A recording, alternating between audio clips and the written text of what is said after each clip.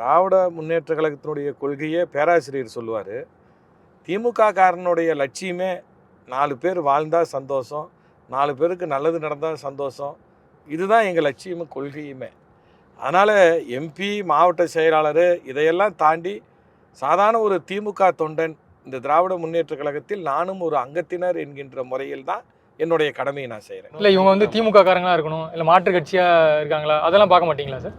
கிடையவே கிடையாது. நம்ம மாண்புமிகு முதலமைச்சர் என்ன சொன்னார், ஆட்சி பொறுப்பேற்ற உடனே டே 1லேருந்து என்ன சொன்னார், நான் வாக்களிக்காதவர்களுக்கு நான் தான் முதலமைச்சர்னு சொன்னார். அப்படி தான் அவருடைய திட்டங்கள் இருந்தது. தமிழ்நாடு அரசின் திட்டங்கள், முதலமைச்சருடைய திட்டங்கள்னு பார்த்தா அனைவருக்கும் தான்.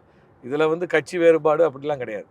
நான் ஒரு நாடாளுமன்ற உறுப்பினராக இருக்கிறேன், ஒரு மாவட்ட கழகத்தினுடைய செயலாளர், எனக்கு இந்த உதவி செய்வதில் வந்து எந்த பாரபட்சமும் கிடையாது. திமுக மேற்கு மண்டல மகளிர் அணி மாநாட்டிற்கு வருகை தரும் அனைவரையும் அன்புடன் வரவேற்கும் வி. செந்தில் பாலாஜி, கரூர் மாவட்ட கழக செயலாளர்.